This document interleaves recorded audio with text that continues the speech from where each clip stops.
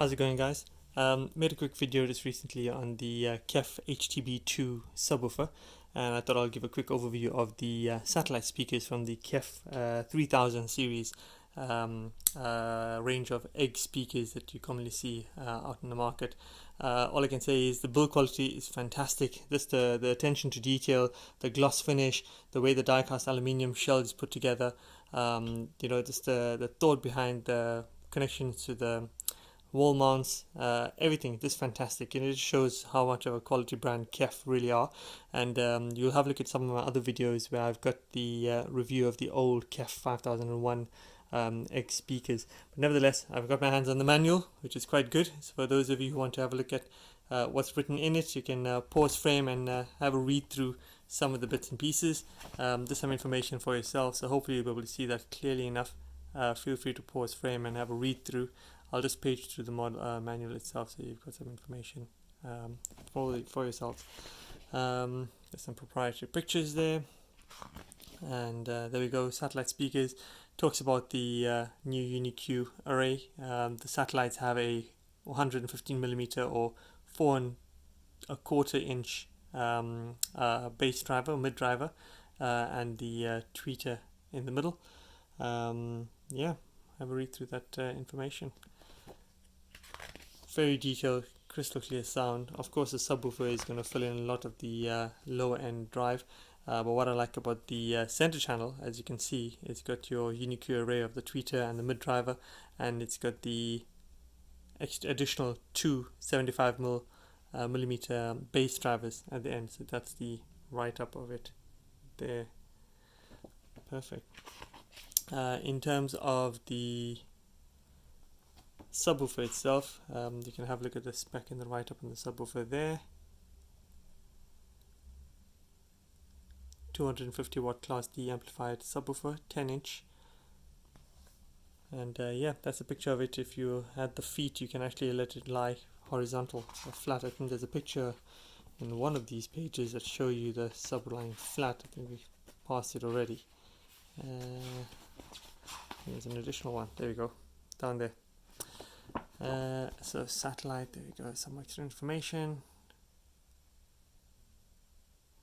And like I said, just feel free to just pause and rewind and have a read through at your leisure.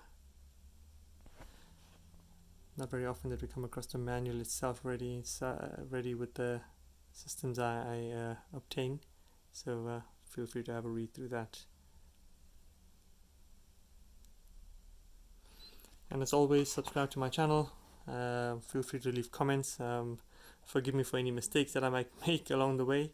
This is just purely just a hobby. I'm not a complete audiophile, but I know what my ears like, and I've got an interest in hi-fi, so we'll put up as many videos as we can find along the way. And more importantly, I have the specification sheet that come for this particular system.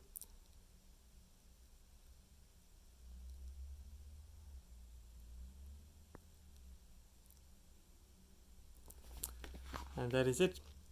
Importantly, you got the connectors at the back, screw on, very solidly made for your negative and positive terminals. You've got your mount that fits in the back, whether it's a speaker stand or the wall mount, and you've got the base port. Now, I think these came with foam bungs that you can actually block off to, either extend your bass response or not.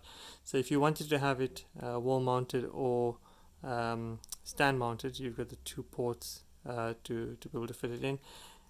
Importantly, I just don't know how to open this unit up. I would have thought that maybe there's a slight gap in there where you need to feed something through to pry it open, but I'm not going to hazard damaging this. The grills are magnetic. You can see how nicely made they are. I think it's a metal frame, metal grill on a plastic frame with magnets embedded in that. And yeah, very nicely made.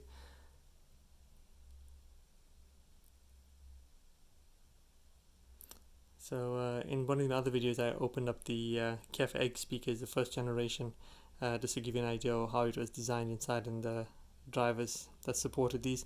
But I'm not going to be taking a chance to try and remove these ones. And I'll give you a quick idea of what the center looks like. Now, this center came with the stand, which kind of fits in on that.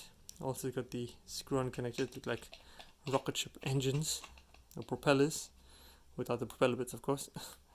And the driver array for the KEF center is that. There we go. Quite a handsome set of speakers, very heavy, seems very well made, quite solid. This thing's more likely to break anything it falls on than it get damaged itself. So thank you very much for watching. Feel free to leave any comments, and I hope this gives you a better idea of what the KEF 3000 series are like. Enjoy.